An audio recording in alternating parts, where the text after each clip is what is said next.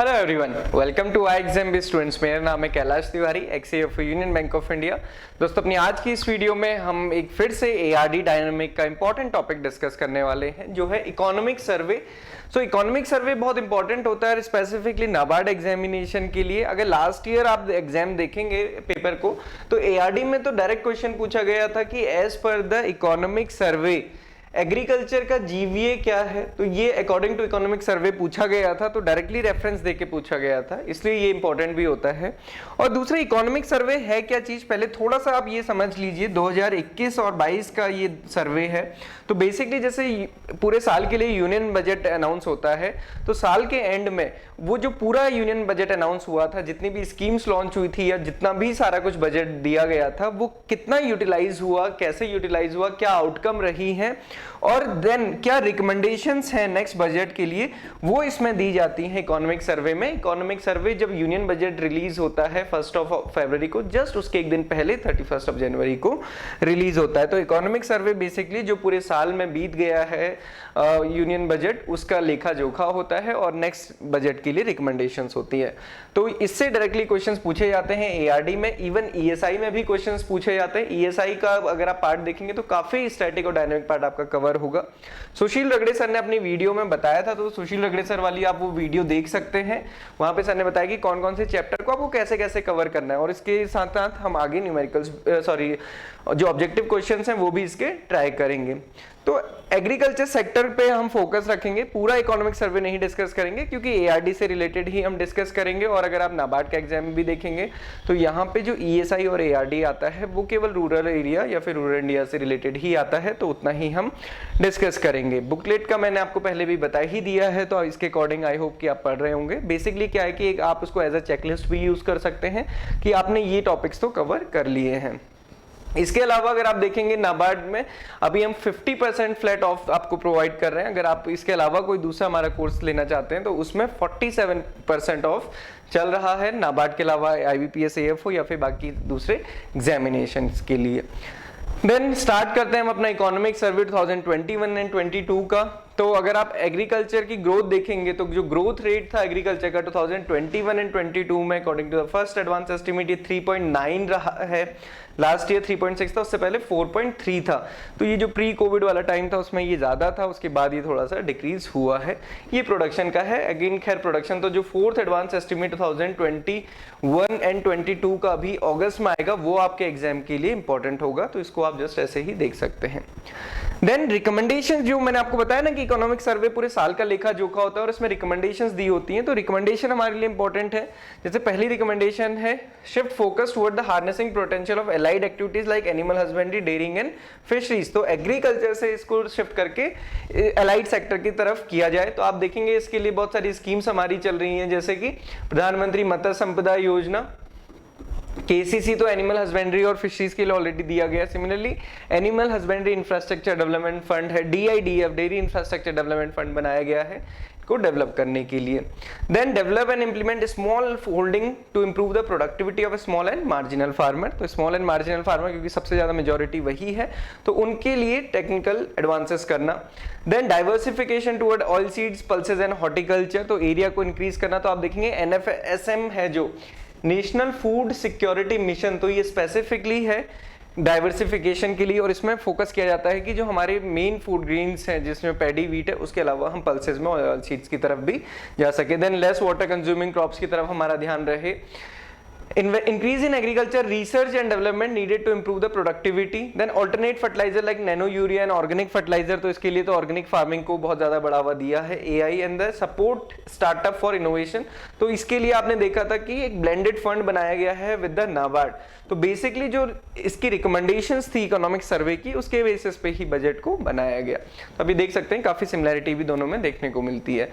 Then ये पूरे share है लास्ट ईयर का 2021 एंड 22 का एग्रीकल्चर का 18.8 रहा है, इंडस्ट्रीज का 28.2, सबसे ज्यादा सर्विसेज में 53, टोटल ये 100। तो ये बेसिकली जीडीपी और जो जीवीए का कंट्रीब्यूशन है इंडिविजुअल सेक्टर का। देन एग्रीकल्चर फूड सेक्टर में ये 18.8 रहा है, ग्रोथ रेट हमने देखी। इसके अलावा इन्वेस्टमेंट इन एग्रीकल्चर, तो ग्रॉस कैपिटल फॉर्मेशन और जो बाकी डेटा है इन्वेस्टमेंट का अगर हम देखेंगे तो ये 2.7 रहा पब्लिक इन्वेस्टमेंट, और ये 14.3 प्राइवेट और टोटल 15.9। तो ये टोटल इन्वेस्टमेंट रहा एग्रीकल्चर सेक्टर में। एमएसपी की हम बात करते हैं। एमएसपी अगेन इंपॉर्टेंट रहता है, बजट में भी बहुत फोकस किया गया और उससे पहले एमएसपी काफी ज्यादा न्यूज में भी था, वो फार्मर एजिटेशन की वजह से भी। यहाँ पे क्लियरली मेंशन किया गया है, ये क्वेश्चन आप ध्यान रखेंगे प्रीलिम्स के लिए, फेज 1 के लिए, फेज 2 के लिए थोड़ा सा डिफरेंट होता है। एमएसपी 22 मैंडेटेड क्रॉप्स के लिए किया जाता है on the recommendation of CACP commission for agriculture cost and prices, उसकी रिकमेंडेशन पे and after due consideration of various views of state government and concern central ministry and department. तो कौन fix करता है? Government of India. अनाउंस कौन करता है? Government of India. ये चीज ध्यान रखिएगा। 22 मैंडेटेड क्रॉप्स कौन सी हैं? 14 खरीफ क्रॉप्स हैं, 6 रबी क्रॉप्स हैं एंड 2 कमर्शियल क्रॉप हैं, जूट एंड कोपरा। इसके अलावा तोरिया एंड डी हस कोकोनट का भी फिक्स किया जाता है MSP based on rapeseed and mustard and copra के बेसिस पे। ओके, देन एग्रीकल्चर क्रेडिट, इसको आप बहुत अच्छे से समझते हैं। एग्रीकल्चर क्रेडिट या फिर जिसको हम कहते हैं इंस्टीट्यूशनल फार्म क्रेडिट, जो मिडिल मैन्स हैं या फिर जो लोकल मनी लेंडर्स होते हैं उसके जाल से फार्मर को बाहर निकालने के लिए गवर्नमेंट ने agriculture credit, institutional farm credit को लॉन्च किया था। केसीसी इसमें सबसे इंपॉर्टेंट स्कीम है। तो 2020-21 के लिए 15 लाख करोड़ रुपीस थी। लास्ट ईयर ये 16.5 लाख करोड़ रुपीस थी। तो उसको कैसे यूटिलाइज किया गया इसमें ये बेसिकली बताया गया है। देन वाटर एंड इरिगेशन की बात करें तो जो शेयर है नेट इरिगेटेड एरिया वो कितना है? 49% of the total net sown area in the country. मतलब net sown area, gross sown area, ये मैंने पहले भी आपको बताया था। नेट सोन एरिया क्या है? जितना एग्रीकल्चर जिसमें की सोइंग हुई है, मतलब जितना भी एग्रीकल्चर एरिया पूरे साल में यूज हुआ है। और अगर कोई एक एरिया 2 बार यूज हुआ है, 2 बार कैसे यूज हुआ है? एक बार पैडी में, एक बार वीट में, तो उसको फिर अगर हम 2 बार काउंट करेंगे तो वो ग्रॉस सोन एरिया हो जाएगा। एक ही बार काउंट होगा तो वो नेट सोन एरिया होगा। तो ये इसमें बताया गया 49% है। और ये यहाँ पे बताया गया कि ग्राउंड वाटर एक्सट्रैक्शन कहाँ पे कितना होता है। तो आप देख सकते हैं कि stage of ground water extraction 70 to 80% किस में है? यहाँ पे, मतलब यहाँ पे सबसे ज्यादा एग्रीकल्चर हमारा होता ही है। देन एग्रीकल्चर मार्केटिंग की बात करेंगे तो नेटवर्क है 6946 रेगुलेटेड होलसेल मार्केट्स का, जो कि सेट की गई है एपीएमसी के अंतर्गत। ओके, इसके अलावा एग्रीकल्चर इंफ्रास्ट्रक्चर फंड है जो कि इनको हेल्प कर रहा है। इसके साथ साथ ई नैम है जिसमें 75 लाख रुपीस पर एपीएमसी मंडी। ये इंपॉर्टेंट है, तो याद रखिएगा कि अगर कोई भी एपीएमसी मार्केट को ई नैम से लिंक किया जाता है तो जो उसमें डिजिटल रिक्वायरमेंट है या फिर जितनी भी इंफ्रास्ट्रक्चर रिक्वायरमेंट है उसके लिए 75 लाख रुपीस पर एपीएमसी मंडी दिए जाते हैं। इसके अलावा एग्रीकल्चर इंफ्रास्ट्रक्चर फंड में अगर कोई भी प्रोजेक्ट लगाना है, एपीएमसीज भी उसके लिए एलिजिबल है, सॉर्टिंग, ग्रेडिंग या फिर पोस्ट प्रोसेसिंग स्टोरेज के लिए, तो उसमें भी उनको इंटरेस्ट सबवेंशन और अप टू 2 करोड़ रुपीस ये सारी बेनिफिट मिलेंगे। देन एज ऑफ 1 दिसंबर 2021 ये स्टेटस है 1000 मंडीज मतलब एपीएमसी मार्केट्स। एपीएमसी का क्या फुल फॉर्म होता है ये आप मुझे कमेंट बॉक्स पे लिख के बताइएगा। 18 स्टेट्स एंड 3 यूटीज ये कनेक्टेड है ई नैम से। और एक और क्वेश्चन का आंसर बताइएगा कि सबसे ज्यादा एपीएमसी मार्केट्स किस स्टेट में कनेक्टेड है ई नैम से। ओके, ये आप कमेंट बॉक्स में बताइएगा। देन शुगर सेक्टर की बात करें तो it is a country second largest agro based industry next to cotton. तो आपको ये पता चलेगा कि हमारी पहली एग्रो बेस्ड इंडस्ट्री कौन सी? कॉटन। दूसरी कौन सी है? Sugar. India is the largest consumer and the second largest producer of sugar in the world. तो लार्जेस्ट कंज्यूमर भी है और सेकंड लार्जेस्ट प्रोड्यूसर भी, ये यहाँ पे कंजम्पशन दिया हुआ है। स्वीट रेवोल्यूशन की बात करें तो स्वीट रेवोल्यूशन किससे रिलेटेड होती है? हनी बी प्रोडक्शन से। इसके लिए 500 करोड़ रुपीस दिए गए थे national beekeeping and honey mission के लिए फॉर द 3 ईयर 2020-21 से 2022 एंड 23। तो अगेन ये क्वेश्चन कैसे इंपॉर्टेंट हो सकता है? नाबार्ड में आपने देखा कई बार क्वेश्चन कैसे पूछा जाता है कि टारगेट ईयर कौन सा था। जैसे लास्ट टू लास्ट ईयर आप देखेंगे प्रधानमंत्री ग्रामीण सड़क योजना का फेज 3 का टारगेट ईयर क्या था, ये उसमें पूछा गया था। 2024 एंड 25 वो है, यहाँ पे ये पूछा जा सकता है। इसका एम क्या है? Overall promotion and development of scientific beekeeping in the country to achieve the goal of sweet revolution, जो कि नेशनल बी बोर्ड द्वारा किया जा रहा है। देन नेचुरल फार्मिंग की रिकमेंडेशन गवर्नमेंट को बहुत पसंद आई, गवर्नमेंट ने उसको अप्लाई भी किया। गंगा नदी के 5 किलोमीटर के एरिया पे ऑर्गेनिक फार्मिंग को प्रमोट किया गया।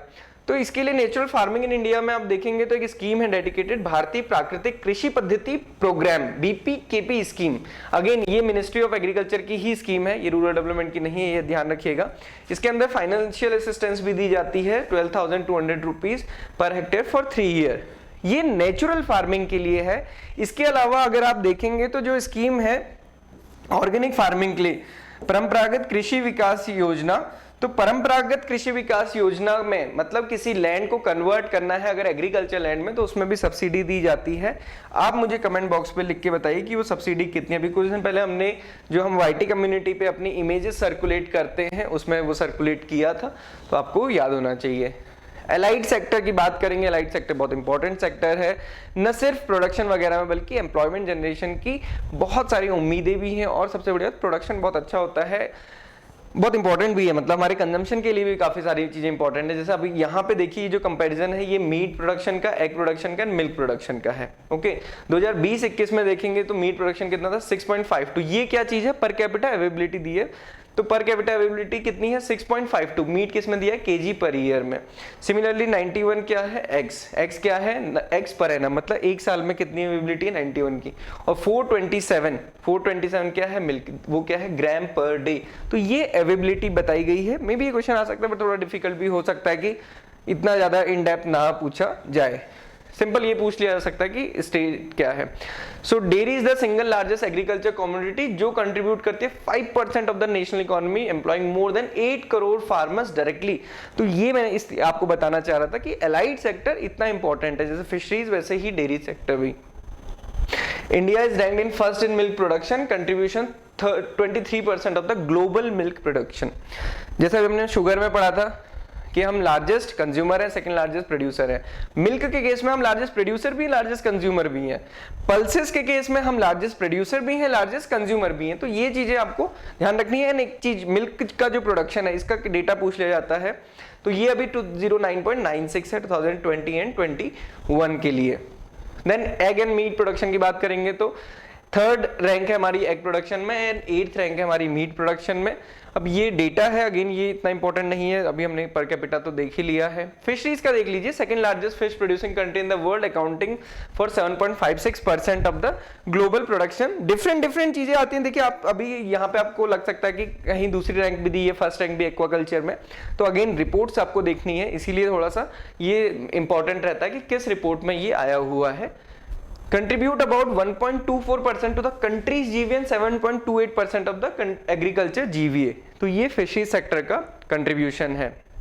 ओके तो बाकी इसको एड्रेस करने के लिए केसीसी दिया गया है, PMMSY स्कीम लॉन्च की गई है। देन ये प्रोडक्शन ऑफ मेजर क्रॉप्स है, ये कंपैरिजन दिया है 2011-12 से लेके 2020-21 तक। एंड इसके बाद जो इंपॉर्टेंट है वो है कि स्टेट, कौन से स्टेट में कौन सी क्रॉप सबसे ज्यादा प्रोड्यूस की जाती है। इस टाइप के क्वेश्चंस आते हैं, तो जब भी क्वेश्चंस होते हैं ना तो स्टूडेंट्स ये पूछते हैं सर ये पढ़े कहाँ से, मतलब कहाँ दिया रहता है। तो 2 सोर्स हैं, एक तो इकोनॉमिक सर्वे है, आज आपने देख लिया, और दूसरा क्या है मैंने आपको पहले बताया, directorate of economics and stats. तो हमने उसके लिए वो इमेजेस आप लोग को प्रोवाइड की थी ऑलरेडी, जो हम लोग दिखाते हैं कि इंडिया के मैप में किसकी रैंक फर्स्ट है। तो आप देख सकते हैं जैसे पैडी में वेस्ट बंगाल, वीट में यूपी, मेज में कर्नाटक, राजस्थान, एंड अगेन इसमें सारी चीजें दी हुई हैं, इसके अकॉर्डिंग ही हमने वो डेटा आपको प्रोवाइड किया है। तो ये आप रैंकिंग यहाँ पे देख सकते हैं। देन ये मेजर लाइव स्टॉक प्रोडक्ट का है। So this is all about the economic survey that is related to the food and agriculture management. तो ये चैप्टर हमने डिस्कस किया। इसके अलावा ESI के लिए भी आप इसको जरूर पढ़िएगा, हमने हमारे जो एग्जाम भी मेन चैनल है उसमें इसको कंप्लीटली डिस्कस किया हुआ है। इसके अलावा कोई भी डाउट, क्वेरी, क्वेश्चन है तो आप हमसे पूछ सकते हैं। बाकी ये चीज मैं आपको पहले ही बता चुका हूँ, रेगुलरली मॉक टेस्ट अटेम्प्ट कीजिए, ये बहुत जरूरी है। प्रीवियस ईयर पेपर से आपको बेसिकली पता चलता है, प्रीवियस ईयर पेपर देंगे तो आपको पता चल जाएगा कि इकोनॉमिक सर्वे कितना इंपॉर्टेंट है। So this is all about this economic survey. हमने बहुत क्विक कवर करने की कोशिश की है। अब हम नेक्स्ट टॉपिक लेकर आएंगे जो स्टैटिक पार्ट रहेगा ARD का, तो आप हमारे साथ बने रहें, चैनल को सब्सक्राइब जरूर करें, and thank you for watching this video.